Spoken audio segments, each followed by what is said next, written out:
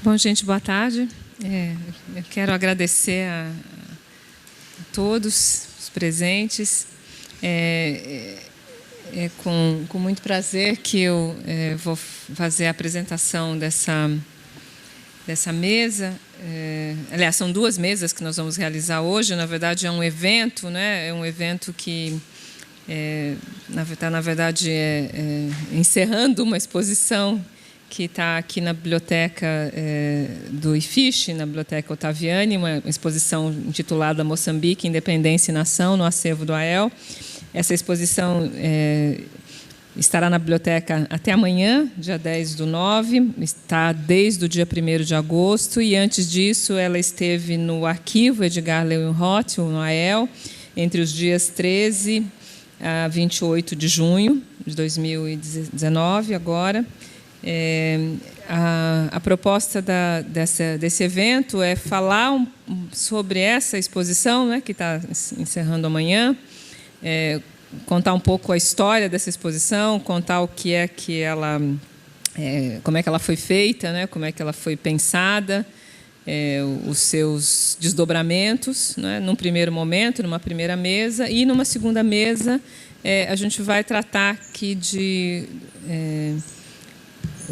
temas relacionados a essa história contemporânea de Moçambique, que, na verdade, é o que está sendo apresentado, uma parte, né, importante da história contemporânea de Moçambique, na verdade, o nascimento do Estado Nacional moçambicano, né, que está sendo apresentado nessa exposição. Então, um segundo momento do evento, né, vai ser, uma segunda mesa desse evento vai ser com pesquisadores da história de Moçambique. A Fernanda Gallo está aqui, a Catarina Casimiro está aqui, o Omar vai chegar, então, que são os que vão participar dessa segunda mesa. Nessa primeira mesa eu vou fazer só uma apresentação rápida, mas quem vai apresentar de fato, né, quem vai falar sobre o trabalho mais detalhadamente é o Matheus Serva Pereira, que é pós-doc aqui na Unicamp, no Departamento de História, no Programa de História, no IFISH. É um pesquisador da história de Moçambique, do período colonial e agora no período pós-colonial. O Matheus foi o principal organizador e mentor dessa proposta, dessa exposição, então ele vai falar com muitos detalhes, né, como é que o trabalho foi realizado. E aqui a Marina Lima não é Ribeiro, é Maria. Até quero Lima, desculpa, Maria. É Marina. Então, a Marina ela é funcionária do AEL, do Arquivo Edgar Leuenroth, e foi uma das pessoas, quer dizer, tem uma equipe de funcionários do arquivo que trabalharam conosco nessa exposição, e a Marina foi uma delas, junto com a Maria Dutra. E ela vai contar um pouco uma parte importante, né, da organização desse trabalho e da parceria, sobretudo, realizada com o Arquivo Edgar Leuenroth. Eu só queria vou falar muito pouco, não vou tomar o tempo da mesa, mas é só falar um pouco da origem dessa exposição. É isso que eu queria tratar. A história, eu estava lembrando aqui com a Marina, né? A história começou em 2013. O historiador gosta de contar história, né? Então a gente vai falar 6 anos. Então essa história começou em 2013. Em 2013 eu era diretora adjunta do Arquivo Edgar Leuenroth. E, junto com a Marina, agora a gente estava tentando lembrar aqui qual foi a razão que impulsionou essa história. Em parte, eu me lembro da razão. Na verdade, nós acabamos fazendo, naquele momento, em 2013, um mapeamento das fontes sobre a história da África e dos movimentos sociais negros em diferentes acervos e coleções do AEL. A parte que eu me lembro da iniciativa, né, ou seja, o que foi que suscitou a iniciativa da minha parte, é porque, naquele momento, eu estava tentando entender como é que funcionava o AEL, vendo os acervos, etc. E eu me dei conta de que tinham várias pesquisas individuais realizadas no acervo do AEL e pesquisas que demonstravam a riqueza de fontes, muitas fontes, né? em diferentes acervos, né, diferentes conjuntos de fontes relacionados tanto à história do movimento social negro quanto à história da África, e essas fontes não eram exatamente visíveis aos pesquisadores, não é? Então, isso era uma coisa que me chamou a atenção. Inclusive, naquele momento, eu me lembro que o Mário estava acabando a tese de doutorado, né, tinha acabado a tese de doutorado, já estava no CONDEFAT, e eu me dei conta de que, além a pesquisa do Mário e outras tantas, mostrava que você tinha um acervo muito importante. Inclusive, a gente conseguia reconhecer rapidamente, né, como vocês podem ver, todo um conjunto de documentação que foi adquirida, né, com recursos do FAP Livros, com projetos do Secult, com diferentes projetos temáticos do Secult, né? E fontes que, portanto, estavam lá, né, sob a guarda do AEL, doadas ao AEL, né, fontes que incluíam, então, de microfilme, microfichas, não é, de jornais da imprensa negra, de movimento abolicionista, de documentação mais recente sobre a história do movimento negro. Particularmente, a documentação de África me interessava, porque eu tinha chegado no ano anterior, aqui em 2012, como professora de História da África. Então, uma das coisas que me cabia era mostrar aos alunos as possibilidades, as potencialidades de se fazer pesquisa, né? Então, para mim, era muito importante saber o que a gente podia fazer com o material caseiro, né? Então, o material que estava em casa é o material que estava no AEL. Foi bastante interessante. Então, na verdade, tinha essa constatação. Então, eu me lembro que a Marina trabalhou comigo, né? A gente ficou lá durante um tempo e a Marina acabou me trazendo uma listagem que me impressionou, porque várias coisas eu sabia, algumas eu intuía, mas eu não tinha a dimensão, né, de que, de fato, você tinha um material tão rico e consideravelmente volumoso.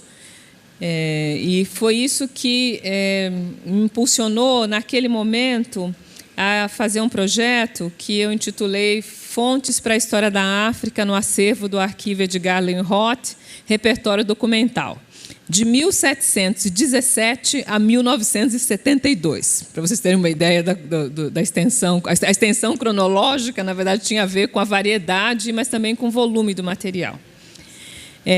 Então, ou seja, naquele primeiro momento, isso foi eu já tinha saído do AEL, então isso foi de 2014 para 2015. E esse projeto ele acabou sendo integrado a um projeto maior, a um projeto temático, não é, que o Secult estava desenvolvendo. E ele acabou sendo um dos projetos coletivos, não é, do temático do Secult. A possibilidade de inserir esse projeto no temático do Secult permitiu que a gente pudesse ter bolsas da FAPESP, não é, de treinamento técnico, que foi bastante importante, mas acabou também restringindo, digamos que o projeto à documentação de África, né, que foi o que eu acabei levando até a conclusão do temático agora recentemente, né, em 2018, agora início de 2019, na verdade, que foi essa fonte para a história da África. Mas eu queria também fazer um parênteses, que é o outro lado do projeto, que a gente acabou não levando adiante. A gente, inclusive, estava conversando agora com o Aldair a esse respeito, né? Nesse interim, acho que mais ou menos em 2017, eu e o Mário Medeiros, da Sociologia, a gente acabou elaborando um outro projeto, que era um projeto que a gente intitulou Fontes Negras no Acervo do AEL.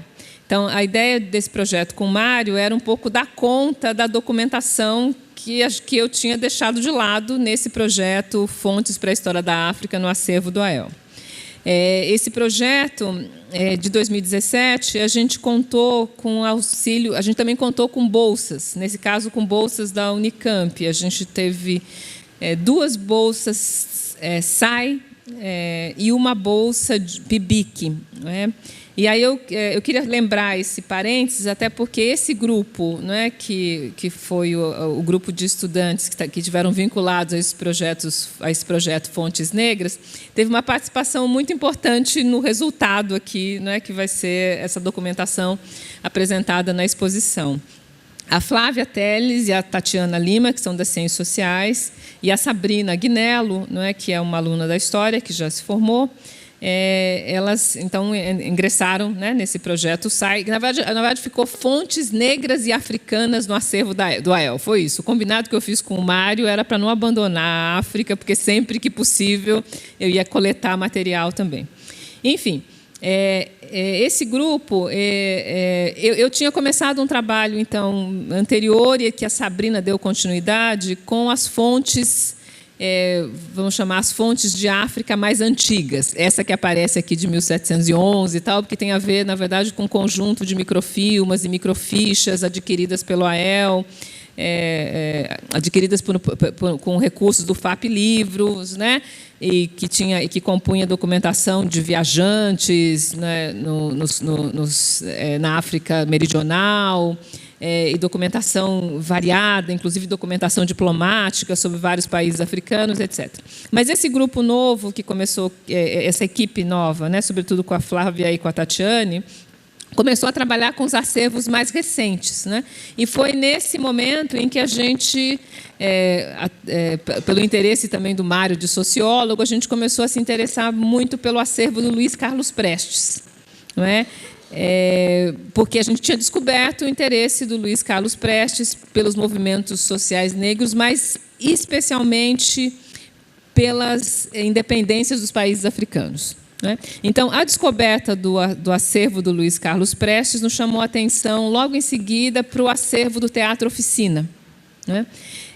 Então, o grupo então, que estava trabalhando em 2017 começou a fazer um trabalho mais específico de levantamento de fontes de África e de história do negro no Brasil, particularmente nesses dois acervos, que foi o que, no final das contas, acabou trazendo à tona a documentação, né, que o Matheus vai comentar aqui com mais detalhes, né, e que foi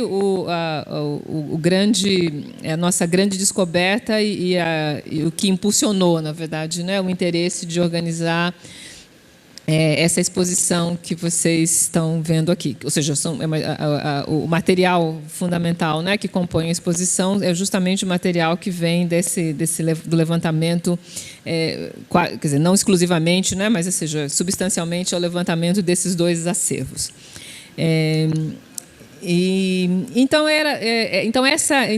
O que eu assim, tenho a noticiar, né, é que o objetivo último desse projeto Fontes para a História da África no acervo do AEL é a publicação de um catálogo. A gente chamou no início de repertório documental, a gente não sabia exatamente como chamar, mas agora eu acho que a gente já resolveu que é um catálogo, não é? Porque esse catálogo, a ideia desse catálogo é ele publicizar essas fontes, ou seja, a gente dá visibilidade a fontes que estão espalhadas em diferentes fundos e coleções, não é? Então, a ideia é facilitar as pesquisas, facilitar o acesso aos pesquisadores interessados em diferentes temas e cronologias da história africana por meio desse catálogo, né? A nossa intenção, estava conversando também agora com o Aldair, é a gente retomar, não é, também esse nosso projeto do catálogo, esse nosso projeto de levantamento da documentação sobre as fontes negras na história do AEL e talvez, né, produzir um instrumento semelhante, não é, que vai ficar disponível na página do AEL para acesso aos pesquisadores. Então, acho que inicialmente era um pouco isso que eu queria contar e acho que talvez, e aí, por fim, né, para dizer que a gente tem outros bolsistas que se integram depois ao projeto, o Matheus vai mencionar, aqui todo mundo que foi se integrando quer dizer, quem se integra ao projeto com as bolsas da FAPESP, financiado pela FAPESP, mais diretamente ligado ao levantamento ou já pensando a elaboração da exposição. A gente tem um grupo grande de interessados. De participantes, não é? E quero dizer que foi muito importante, né, a inserção do Matheus como pós-doc nesse projeto, não é? Porque ele deu uma contribuição muito singular, não é, para as possibilidades, né, de não só do levantamento, da organização da exposição, mas de ajudar a pensar a produção de instrumentos didáticos, não é, a partir dessa documentação, né, que acho que é a questão fundamental, né, de pensar que a ideia da gente tornar o acervo do AEL acessível aos pesquisadores, ao público mais amplo, incluía pesquisadores, mas não apenas pesquisadores, né, mas também aos professores de História da África, ou aos interessados em História da África. Então, a organização, ou seja, pensar, né, um instrumento de dar visibilidade a esse acervo, não é, para um público mais amplo, para além do público pesquisador, acho que foi certamente uma empreitada que o Matheus, né, levou adiante. Levou adiante, não, acho que ele formulou isso, né, como uma questão importante e acabou produzindo esse material da exposição. Né? E, por último, eu quero agradecer muitíssimo à direção do AEL, que sempre foi muito receptiva, muito paciente, né? Muito uma colaboração, ou seja, sem a colaboração, né? Mais que a colaboração, na verdade, sem esse entendimento da direção, né, de que esse trabalho era importante para o AEL, era importante para precisar seu acervo, né, o envolvimento de gente de fora trabalhando lá junto com os funcionários, isso fez muita diferença, tornou o projeto possível. E agradecer aos funcionários do AEL que mais de perto acompanharam esse trabalho, a Marina e a Maria, aqui presentes, né, que estiveram conosco em várias fases, a Castorina, com quem a gente envolvida em vários projetos, né, Castorina, que é aqui do Departamento de História, do Secult, né, e falar que acho que a gente teve um ótimo ponto de partida e vamos continuar, eu acho que com outros... Acho que seria bem-vindo, estou até convidando, né, iniciativas semelhantes a essa que a gente pode levar adiante. Então, eu vou passar primeiro ao Matheus, primeiro a Marina, né? Então, eu passo a palavra à Marina agora.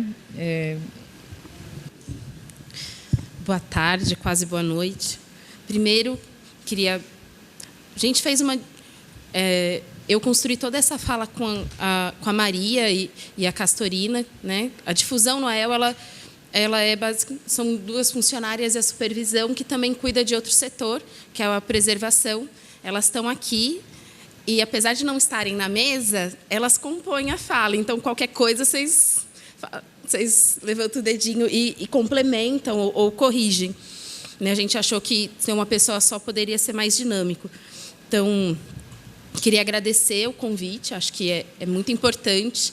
Eu acho que essa parceria, ela trouxe questões e trouxe uma dinâmica muito bacana e importante para a gente, porque temos um número limitado de pessoas, isso significa um número limitado de braços para fazer, mas também um número finito de conhecimento. Não é possível conhecer tudo, e sem o pesquisador a gente tem muita dificuldade de avançar.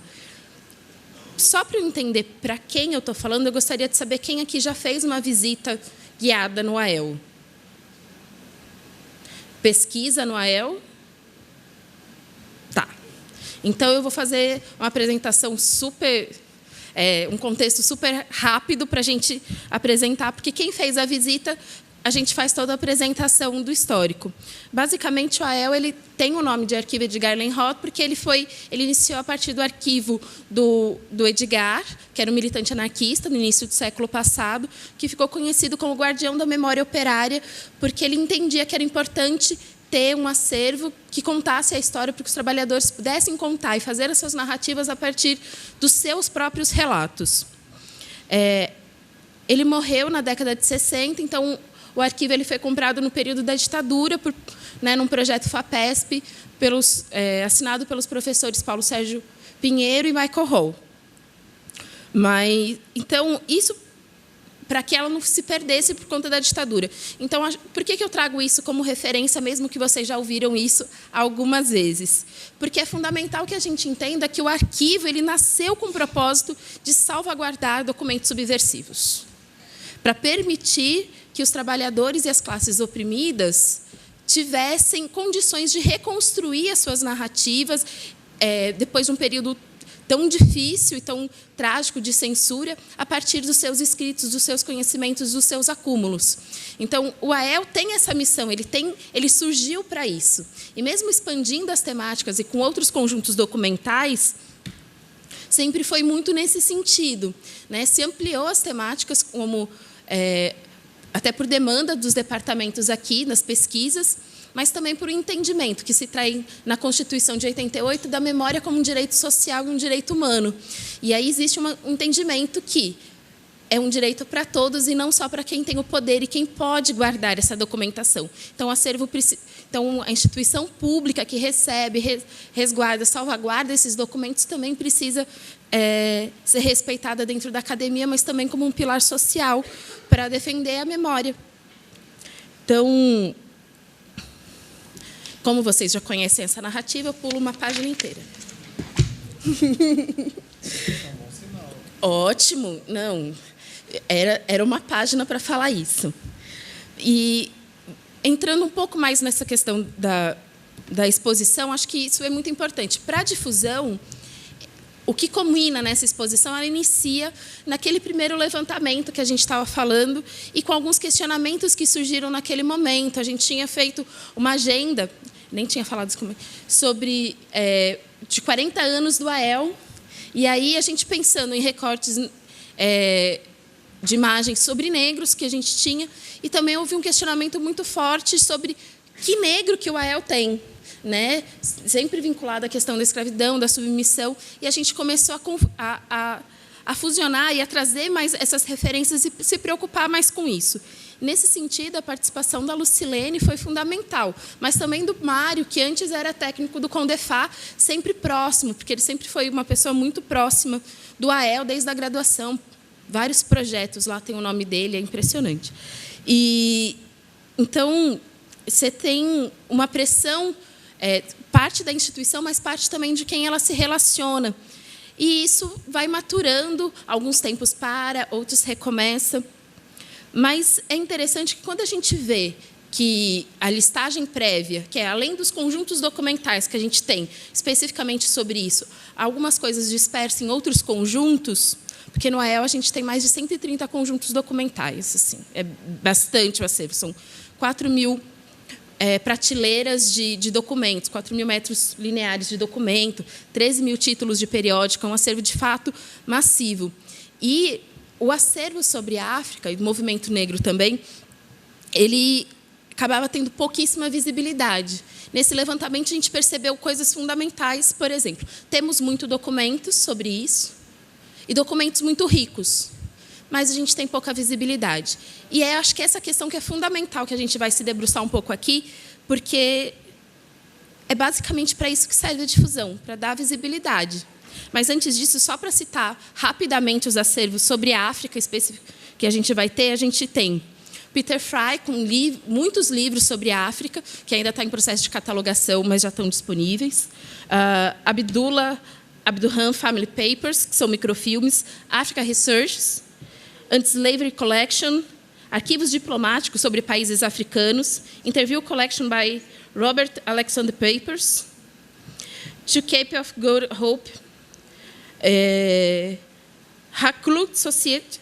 Além disso, tem acervos que contêm muita informação, como o Teatro Oficina, que vai fazer o filme 25, que foi um documento produzido no processo de libertação de Moçambique, e, com certeza, o Matheus vai falar muito melhor do que eu. O Luiz Carlos Prestes, que a professora Lucilene já apontou um pouco, e também o Voz da Unidade, que é o jornal do Partido Comunista, que tem todas as fotos, além de todos os fascículos no AEL. E foi uma fonte, acaba sendo riquíssima, até porque ele já está organizado. E ele está organizado, entre outras coisas, por política internacional. Então, lá você vai ter muitas ações de solidariedade aos movimentos de libertação. Enfim, voltando à difusão, que eu acho que não é tão intuitivo, o que significa difusão num arquivo.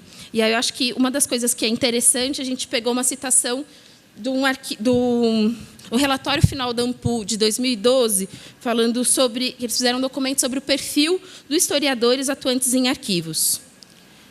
Vale fazer uma ressalva. É muito mais comum você ver historiadores trabalhando em arquivos, mas eu sou cientista social. Mas o documento serve para a gente também. A difusão cultural em arquivos pode ser compreendida de maneira ampla como um conjunto de ações que possibilitam colocar a informação documental à disposição do receptor, facilitando e instigando o acesso aos documentos, proporcionando aos usuários e ao público em geral conhecimento do acervo existente, do contexto da produção da documentação e da importância do tratamento de acervos arquivísticos das instituições e profissionais. E, em miúdos, é quem traduz para o amplo público o acesso. Então, a proposta da exposição Moçambique, Independência e Nação, no acervo do AEL, quando veio, via Secult, via o Matheus, com curadoria do Matheus, né, e da professora Lucilene, para fazer em parceria com a AEL, para a gente foi muito importante, muito positivo, porque conseguiu nos possibilitar um salto de acúmulos que a gente não tinha. Apesar de ser um acervo que estava lá presente, ele era pouco conhecido. O arquivo, em geral, a gente pensa numa coisa parada, pronta, finita, e, na verdade, ele é uma instituição muito viva. Ele tanto cresce com a recepção, mas também ele se desenvolve, os caminhos que ele traça têm a ver com as relações que a sociedade tem e as demandas sociais e dos pesquisadores. Tanto que o desmembrar e o estudar e o avançar nisso tem a ver muito fortemente com essas pesquisas e esse contato. E eu acho que tende a ser uma parceria de longo prazo, e que eu acho isso muito, muito importante. Então, os pesquisadores que lá visitam, propõem atividades culturais, propõem atividades didáticas, nos ajuda a pensar o impacto que a gente tem, que o acervo tem. Porque é isso, eu apresentei a equipe do AEL e a quantidade do nosso acervo. A gente precisa dessa relação até para ajudar mais. E, no caso desses fundos que foram selecionados, que foram a base dessa exposição, eles sempre foram muito conhecidos pelos pesquisadores e pela própria equipe, mas não por conta do acervo do tema África. A Voz Unidade e o Preste sempre foram acervos muito conhecidos e muito visitados por conta do movimento comunista, e por conta dos processos de luta política e ditatorial. E do Teatro Oficina, por conta das peças e do processo de luta cultural que eles tiveram. Muito pouco pelas experimentações de filmes. E, no caso, o acervo que foi utilizado do Oficina tem a ver com o filme 25 e todo o material que eles utilizaram para fazer o filme. Então, eles eram pouquíssimos conhecidos.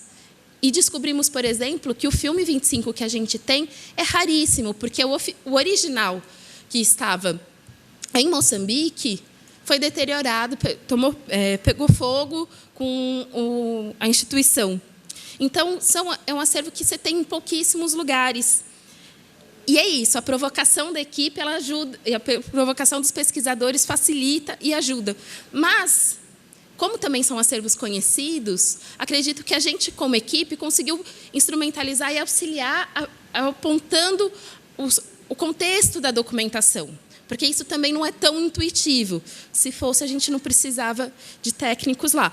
Porque é isso, a gente precisa conseguir contextualizar e apontar as possibilidades. A gente acaba, por vivência no acervo, conhecer um pouco mais os links. E eu acho que, então, essa parceria, apesar da seleção ter sido totalmente responsabilidade da equipe do Matheus e do Secult, acredito que a gente conseguiu ajudar nesse sentido, com a contextualização e com os apoios técnicos.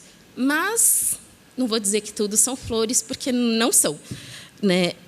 Principalmente na nossa área de humanidades, a gente sabe que toda novidade, toda disputa e todo o avanço que a gente tem, principalmente na temática racial, e ela vem carregada de muitas novidades e experimentações.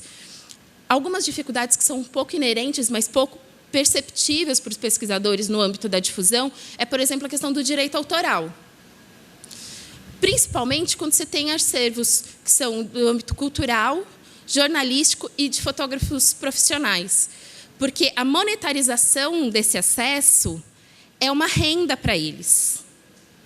E aí, como que você lida com isso. O arquivo ele não faz cobrança por nenhum serviço.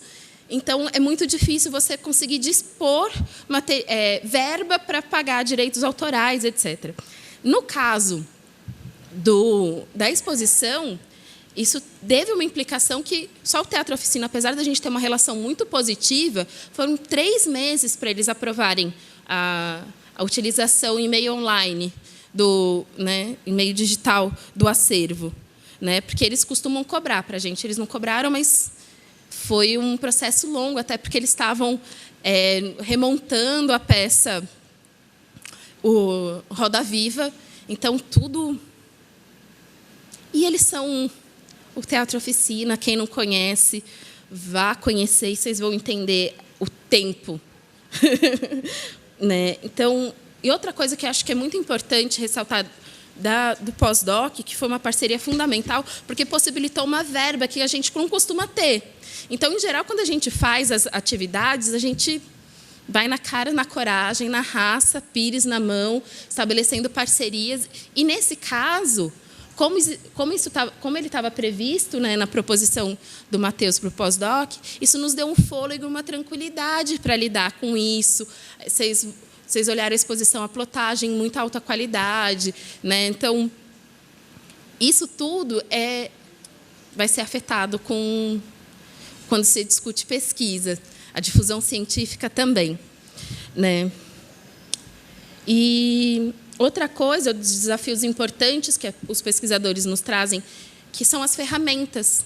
Então, a gente, por exemplo, não tinha no site uma ferramenta de exposição virtual, que foi uma das demandas. E a universidade também não estava preparada para essa demanda. Parece tolo, de pensar a universidade com tantos recursos, a gente não estava preparada para essa exposição online. E foi uma construção que, na verdade, veio da demanda e das proposições que os estudantes imersos nessa proposta trouxeram. Então,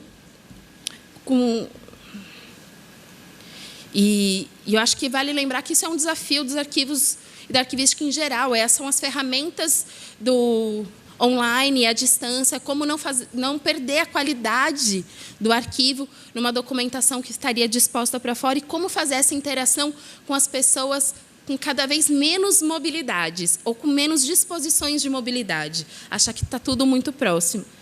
E aí, assim, uma coisa que felizmente, contamos sempre com os pesquisadores nos puxando para o futuro. Senão, querendo ou não, a instituição se acomoda. E os pesquisadores eles nos ajudam a instigar, achei a palavra, Maria, apresentando outras lentes, outras opções e oportunidades, formas de olhar para o acervo e para as formas de expor a documentação e de difundir. Além da visão de que a difusão ela é o setor responsável pela visibilidade das possibilidades do arquivo, na difusão da AEL, a gente entende que a difusão ela tem um outro propósito também, além desse mais geral, que a difusão ela também se propõe a ser um chamariz para uma rede de apoio do arquivo. E as exposições acabam cumprindo esse papel quando apresentam um acervo para outros pesquisadores e convidam outras possibilidades. Porque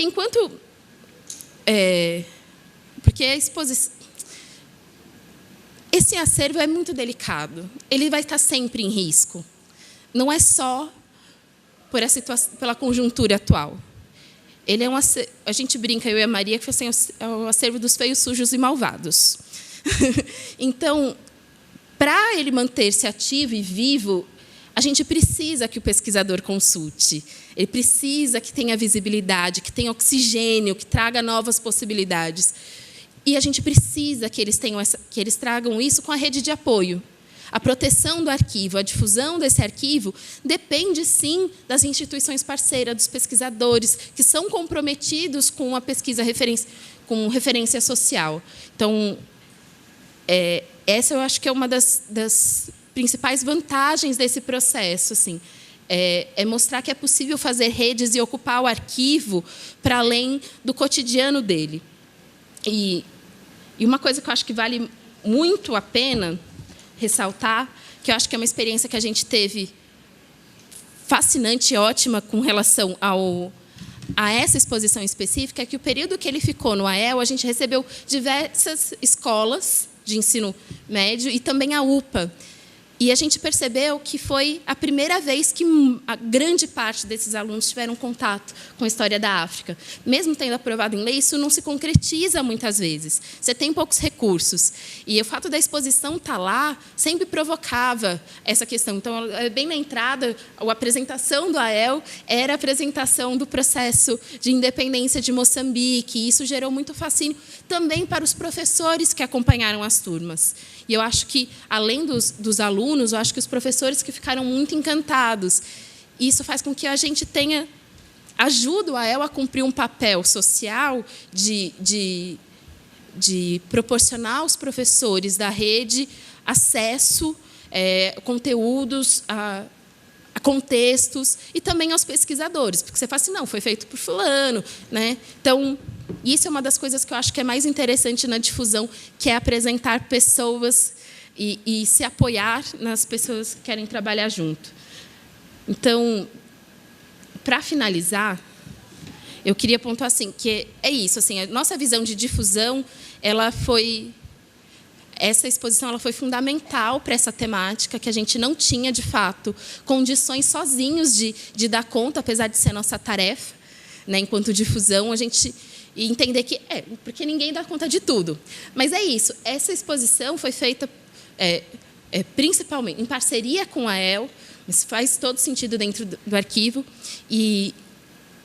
né, e ela... Porque uma das coisas assim, a gente quer mesmo chamar atenção para o que está guardado, publicidade ao que já é público, né? Então, as pessoas saberem que existe, que pode ir lá consultar, que é delas, né? Ou mesmo, voltando a citar o relatório da ANPU, antecipando ao público as funções do arquivo e a sua riqueza. E incitar outras formas de olhar esse acervo.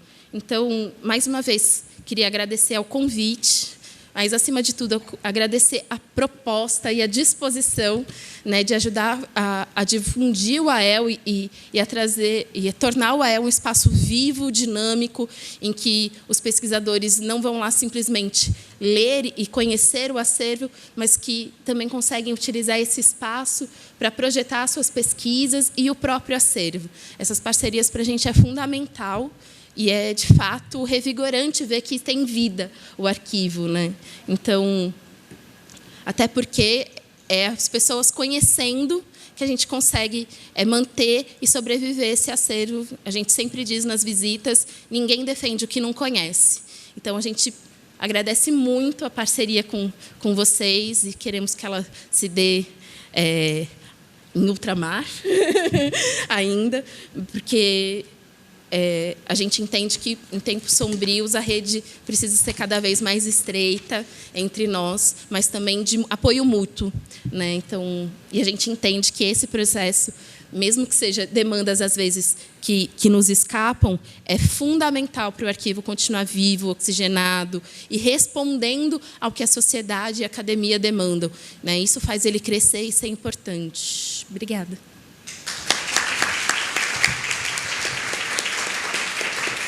Faltou alguma coisa? Oi?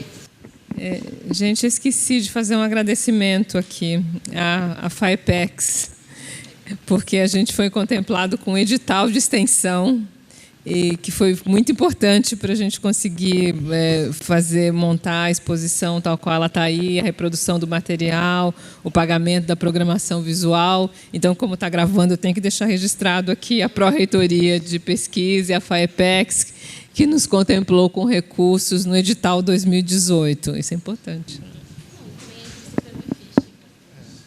Até porque é isso, precisamos todos estarem afinados. É isso, porque a gente precisa desses recursos e é importante estar afinado e mostra que, por mais que tenhamos dificuldades, a gente consegue avançar, cobrar e fazer as coisas. Assim. Ainda temos caminhos, né, que possam ser percorridos e vamos levando. Não, a gente faz... bom, tem que agradecer a todo mundo, mas a gente também faz milagre, né? Sim. Porque a gente pediu R$10 mil e ganhamos 5. E 3 mil foi para pagar os estudantes e os pesquisadores, que são mais importantes. Não existe trabalho de graça, não dá para fazer trabalho mais de graça. Então, a gente fez a exposição, a parte física da exposição, com R$2.000. Né? E, é claro, com apoio de todo mundo. Tudo bem, tinha a minha bolsa da FAPESP, que pagava o meu salário, o Estado de São Paulo, que paga o salário de todo mundo. Mas é importante reforçar como que a gente consegue fazer tanto com tão pouco. Né? Então, imagina se a gente tivesse mais. Né? É sempre importante afirmar isso. Eu tenho muita dificuldade de falar sem escrever. Mas eu prometo que eu fico toda hora parando de ler e falando. Quem conhece minhas falas normalmente são assim, não muda muito. Então eu escrevi. Eu vou ler e vou parar, porque também quero mostrar algumas coisas que eu fiz, que a gente produziu ao longo desse tempo.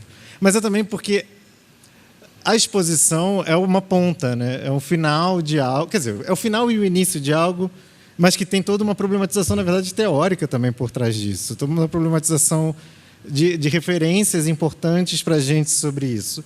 É engraçado, eu entrei aqui em 2013 no doutorado. Foi um ano chave, assim, e foi um ano que também a gente tinha tentado uma parceria com o Arquivo de Moçambique, que acabou não indo para frente, mas foi sempre uma preocupação nossa e minha também de ir para além dos muros acadêmicos, desde a graduação, pelas possibilidades que foram abertas por professoras que eu pude aprender isso, tanto na UF, na qual eu fiz a graduação e o mestrado, quanto no doutorado aqui. Né? E aí, quando eu voltei para cá no pós-doutorado, essa já foi logo uma proposta inicial a ser apresentada. Tanto fazer uma pesquisa acadêmica dos moldes tradicionais, que tem o seu valor fundamental, como também aproveitar o know-how, o conhecimento, o equipamento, as pessoas, as parcerias possíveis e fazer algo que fosse para além disso. Né? Eu vou lendo e depois eu vou mostrar o que a gente já fez também, porque tem a ver isso tudo e, no final, acho que vai fazer algum sentido.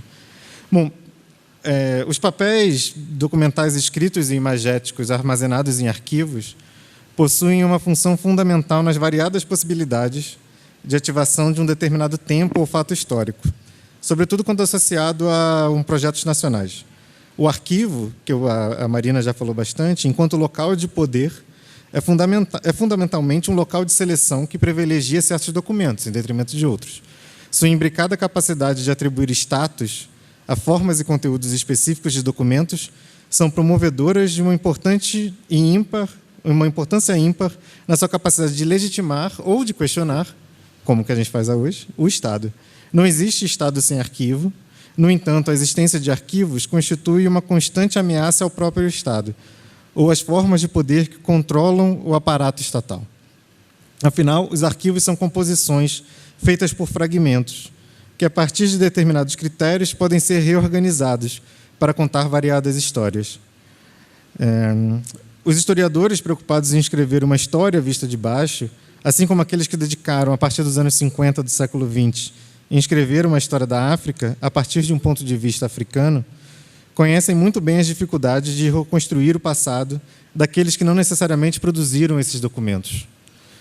A separação da história da África da história dos impérios perpassou fundamentalmente pelo exercício de uma leitura historiográfica contra a corrente, das entrelinhas, dos não ditos, como um exercício de constatação dos erros e dos mal-entendidos.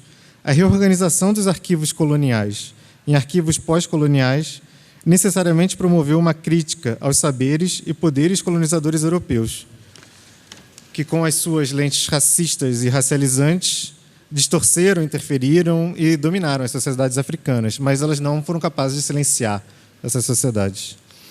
Porém, aí fica uma pergunta, né? Quando a preocupação de se estudar a história da África recai no período pós-colonial? Como lidar com os arquivos para o período pós-colonial? O poder dos arquivos para a construção do Estado europeu, latino-americano, norte-americano, africano, foi algo rapidamente percebido pelas nações africanas, que se tornavam independentes ao longo da segunda metade do século XX. Ao longo dos processos de desmantelamento das estruturas burocráticas coloniais europeias, existiu um processo de reorganização de arquivos coloniais para arquivos pós-coloniais. Esse não foi um processo linear de suplantação de uma estrutura burocrática de dominação externa produtora de papéis com conteúdos deturpados, a serem armazenados para outra capaz de registrar uma suposta realidade fidedigna das sociedades africanas. Não é tão simples essa suplantação de um arquivo colonial para um pós-colonial. Enquanto local constitutivo do poder emanado pelo Estado, os arquivos pós-coloniais indicam as imbricadas disputas levadas a cabo pelos projetos variados nacionais existentes no continente africano. Perseguir onde é que foram parar esses documentos é algo importante para a história desses países, né? Como aponta uma historiadora chamada Louise White, as miscelâneas dos arquivos pós-coloniais encontram, por vezes, caminhos inusitados. A ordenação de fragmentos documentais em fundos arquivísticos a serem trabalhados pelos historiadores dedicados aos estudos do período pós-colonial africano muda, muitas vezes, de como ler arquivos imprecisos ou inconsistentes, para como encontrar qualquer arquivo. Se no primeiro momento a dificuldade é encontrar as entrelinhas para poder produzir uma história da África a partir dos africanos, passa depois, no momento seguinte, às vezes, até encontrar qualquer arquivo. A suposta ausência de arquivos africanos ou a sua natureza aleatória tem sido apontada por alguns investigadores como algo impeditivo. A inquietação por responder o vício contemporâneo pelo passado, existente em diversos momentos da obra, por exemplo, da Achille Mbembe, levaram-no à conclusão da necessidade da instauração de um arquivo como algo indispensável para restituir aos negros a sua história. A aleatoriedade, o armazenamento caótico, a incompletude existente nos fundos localizados em arquivos das nações africanas, assim como a dispersão de documentos ao redor do mundo, precisa ser encarada não tanto como um obstáculo para escrever a história da África, mas como um complemento, como uma parte integrada dessa história. A escrita da história pós-colonial, e aí eu posso dizer tanto cronologicamente falando como tematicamente falando, num pensamento descolonial, um conhecimento descolonial, passa pela nossa capacidade em acumular milhas aéreas. Isso não tem muito como fugir. Mas também pela obrigatória triangulação de arquivos em continentes distintos. A gente vai cruzando essas histórias conforme vai cavando cada vez mais. No entanto, a questão que se coloca é como a miscelânea de documentos existentes ao redor do globo sobre o período pós-colonial africano conta uma história, sobretudo uma história sobre os processos de descolonização e as idas e vindas da emergência e constituição dos Estados africanos. A existência de documentos específicos em determinados locais não é de todo acidental e possui uma história em si. Eles estão lá porque alguém os colocou. Os caminhos e genealogias da documentação e como elas acabaram parando em determinados locais, muitas das vezes inesperados, incentivam novos itinerários de pesquisa. Esse é um exemplo da exposição Moçambique, Independência e Nação no acervo do AEL. Um adendo rápido. Por um acaso, eu tive, mês passado, num evento sobre colonialismo e pós-colonialismo e imagens em contextos africanos. E uma pesquisadora francesa que estuda o cinema moçambicano não sabia que a documentação estava aqui, do 25. E ela não sabia porque, basicamente, ninguém sabia que ela estava aqui. E só é possível saber essas confluências distintas por conta de um exercício de parceria mesmo, entre pesquisadores, historiadores, cientistas sociais e arquivistas. E arquivistas também preocupados em produzir um conhecimento descolonial, né? E não apenas em reforçar, às vezes, o aparato do Estado que os controla. Claro que é sempre muito difícil isso. O objetivo inicial, mas voltando à exposição, né? O objetivo inicial da exposição foi de promover a divulgação a partir de uma possibilidade de interpretação das fontes sobre a história contemporânea existente no AEL, sobre Moçambique, principalmente, porque, bom, é meu objeto de pesquisa, mas uma pessoa que estuda Angola poderia fazer também uma outra exposição sobre isso. O intuito foi de fomentar novas pesquisas sobre o período por meio de divulgação da história da África para um público amplo. E aí é agradecer também a possibilidade de fazer parcerias com o Secult dentro dos projetos temáticos, porque é muito fácil trabalhar com a Lucilene também, então... num sentido alargado de cidadania, e aí eu acho que é importante a participação política disso, é indispensável aos projetos democráticos de sociedade o direito ao passado, ao narrar sua história, a partir de suas próprias imagens, palavras e perspectivas, perpassam a promoção da luta pela universidade pública e a noções de direitos de pertencimento e acesso. Nesse sentido, também buscou-se pela exposição uma espécie de pedagogia da presença, como fala o Mbembe. em que a ocupação do AEL, da Biblioteca Ottaviani, pelas imagens e objetos da história da África e de Moçambique, permitem a atribuição de uma noção de pertencimento aos prédios e espaços públicos universitários. Não é só estar presente apenas em determinados setores, mas sim enquanto parte processual desse conhecimento produzido dentro da universidade.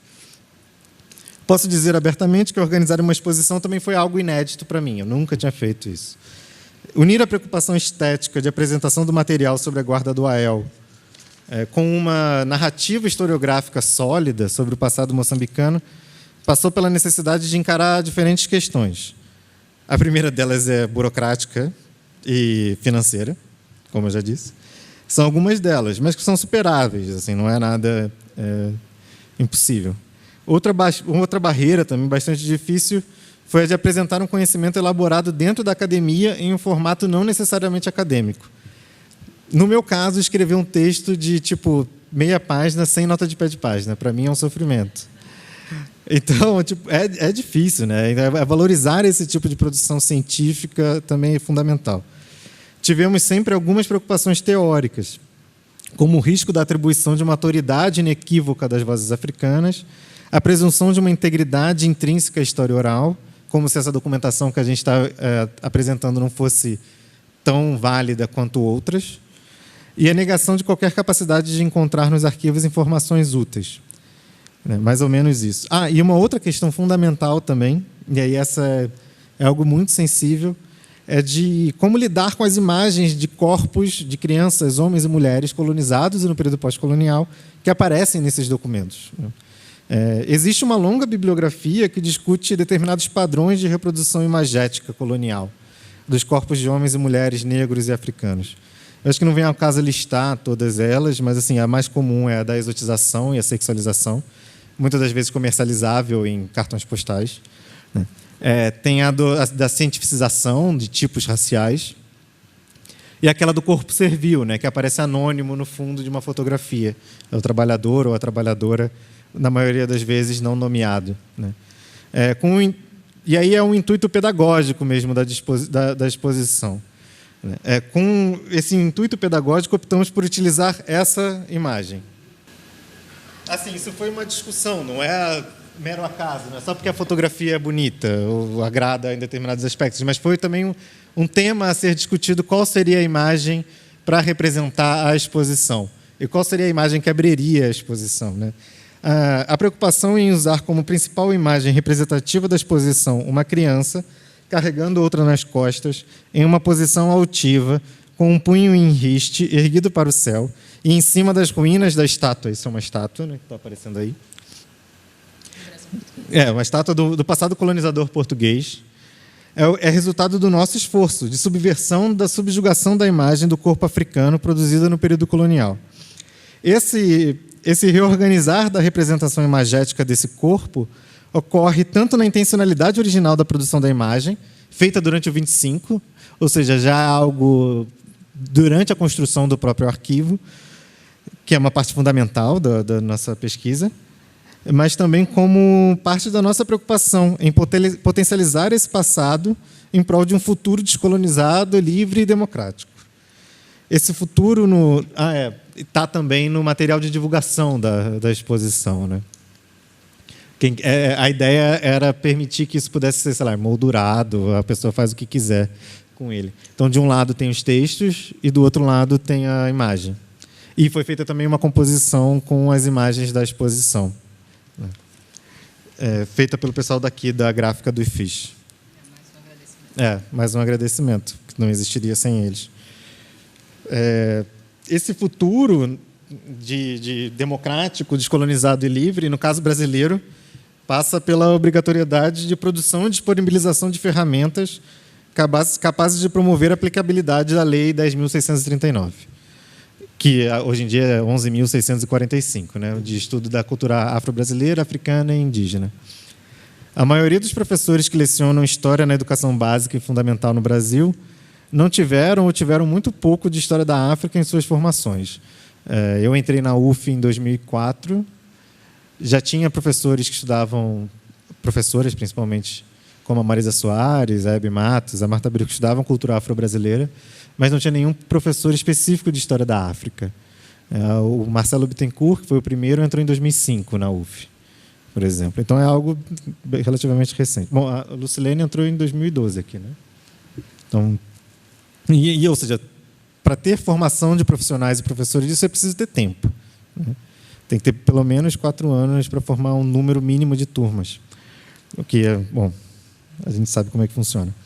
Essa deficiência na formação corresponde, muitas vezes, a uma perpetuação em sala de aula de imagens estereotipadas e homogeneizadoras do continente africano. Ensinar a história da África às alunas e alunos brasileiros é uma das principais maneiras de romper com a estrutura eurocêntrica que caracteriza a formação escolar do país. O que fica evidente é que a reeducação étnico-racial, por meio da abordagem de culturas negadas ou silenciadas nos currículos, deve ser compreendida como uma forma de combater as desigualdades históricas da nossa sociedade.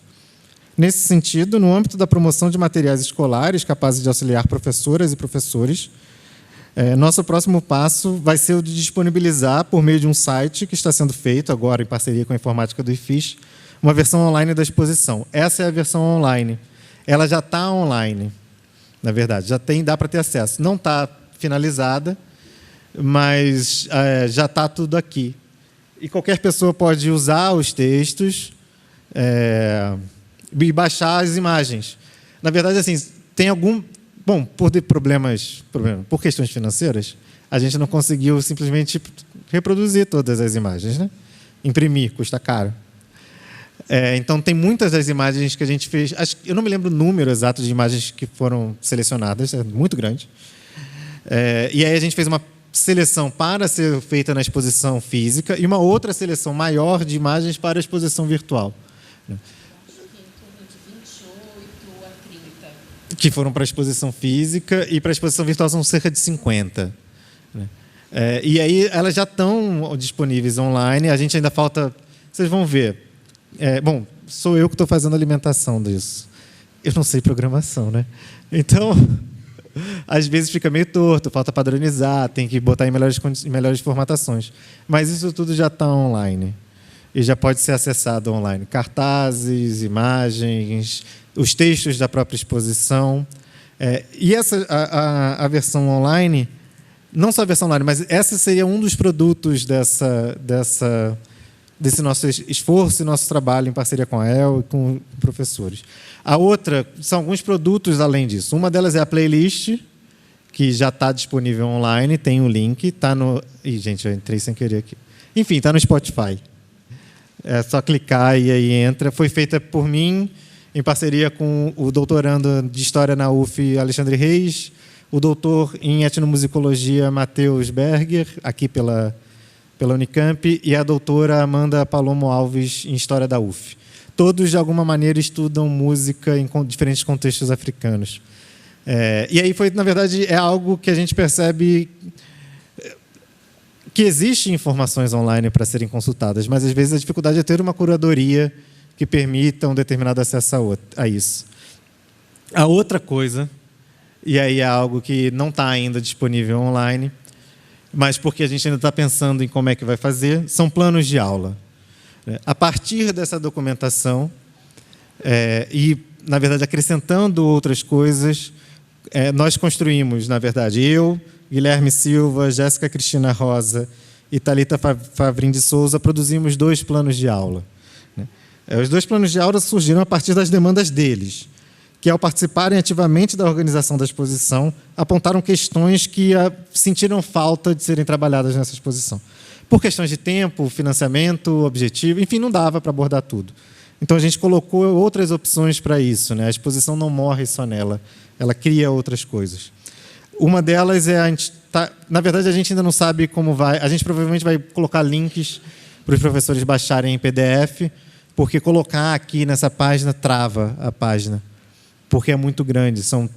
Na verdade, foi uma produção científica de planos de aula. São mais de 30 páginas os planos de aula. São bastante detalhados, com o tempo de duração, o material a ser utilizado, resumos bibliográficos, quadros explicativos extras que podem ser usados pelos professores.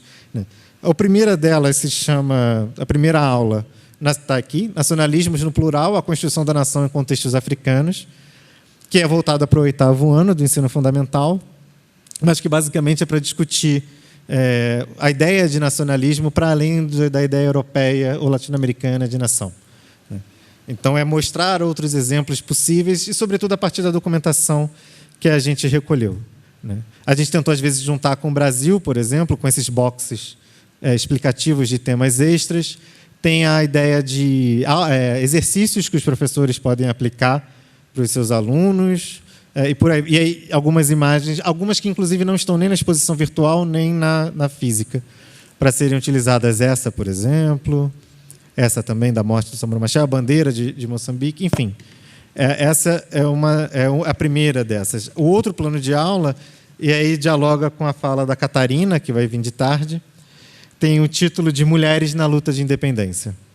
Então, é para abordar um pouco da questão, para permitir aos professores terem um material sobre a participação feminina nas diferentes lutas de independência em contextos africanos, claro, com enfoque maior sobre Moçambique, que é o que a gente conhece melhor, mas é uma tentativa nossa também de tradução desse conhecimento acadêmico para a sala de aula. E eu venho de uma família de professores, então é difícil, às vezes, o professor ter essa possibilidade de parar, estudar, ler, porque dá aula para 500 mil alunos, 500 mil escolas.